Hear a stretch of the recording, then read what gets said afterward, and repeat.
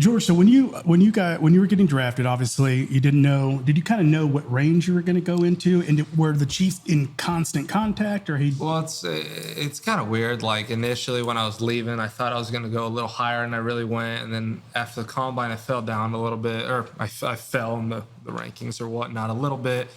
And then, I was like, all right, we had a few places that I thought I was going to go, and we're like, well, it'd be crazy if I went to the Chiefs. Yeah. And actually draft night starts, and we're going, and like my head coach Jeff Rom is like, I think you're going to get drafted to the Chiefs, because that's Andy Reid had called him and all that stuff. Okay. And, not telling him, but just he had a good feeling, and of course. they took Trent obviously before me, and I was like, ah, dang, they're not going to take two defensive guys. Right. And they called, so it was awesome, dream come true, and then what a great situation I'm in. Of course. And then in that class, obviously. It is considered, I know they're in the history of the Chiefs, they've had some drafts that were before my time that I knew, but it's one of the best draft classes in Chiefs history with the guys that you got. I mean, obviously you, Trent, Watson, Pacheco. I mean, the guys that you got in that class, I mean, that's something that's special that will be in Chiefs lore forever and ever, right? I mean, how do you feel about that? It's awesome. I think not just with our class, but the way the Chiefs conduct their business is they get guys that love football and do stuff the right way usually. So, that's who they target for the draft. Sure. That's why we have a lot of hits with that. I think as a speaking for the organization. Sure. And when you came in, was there anyone that you gravitated towards right away, or anyone that was? I mean, I know obviously the culture and dynamic of the Chiefs is second to none. But I mean, was there someone that was like, was it Frank? Was it Stone Cold that said like, follow me? I mean, for me, you're always going to gravitate more towards those D linemen, the pass rushers. We're in the same room, we got the same coach, all that stuff. So I started gravitating towards the older guys in the room, Frank and Chris. And then during training camp, we got Carlos Dunlap, who's another guy, right. And then another guy who's always just, been awesome and been a great friend, and a guy that's helped me out a lot along the way is Mike Dana, who was. Right.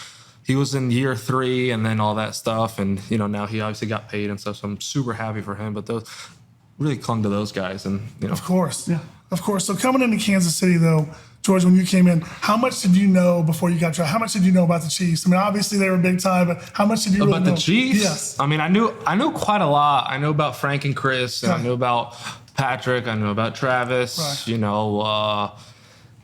But, right. obviously, like, if you want to go back, like DT and, like, those guys. But, just some legends overall. Right. But not too much about, like, the current state of affairs, obviously, outside of winning Super Bowls and all that kind of stuff. But nothing much really about the city, and that kind of stuff. So it's been awesome, and we love it here. So was it intimidating at all? Like walking in that locker room and seeing some of the vets they had, seeing the guys like Frank Clark, seeing the guys like Christian. Is it a little intimidating coming from college? Well, I thought it was going to be, honestly. We got there for rookie minicamp, none of the vets, so it's fine. And then you go there first day OTAs.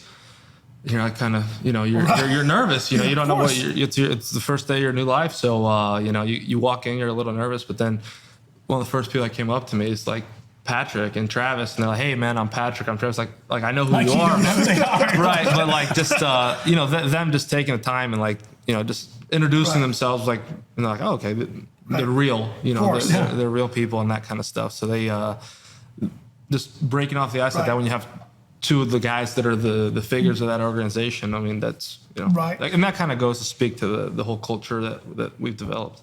Jamie and I have talked about this for a long time. The 22 years we've been around doing our primetime assistant stuff and being around the athletes and stuff, we've always talked about how different the locker room is now. And like you said, the Patrick Mahomes and the Travis Kelce, they're not veteran guys that stay back and say, okay, we're the vets, we've done this. We kind of stay. They're up front, like you said, coming up to you guys, introduce the rookies and stuff. And I think that makes that whole culture different. That locker room goes a long ways, I would imagine, as opposed to Russell having his own office or whatever that was, and like isolating himself. Absolutely, I think Coach Reid does an incredible job with all that kind of stuff. Just making sure that the guys that are supposed to lead are leading and doing it the right way, and then making sure everybody knows their place.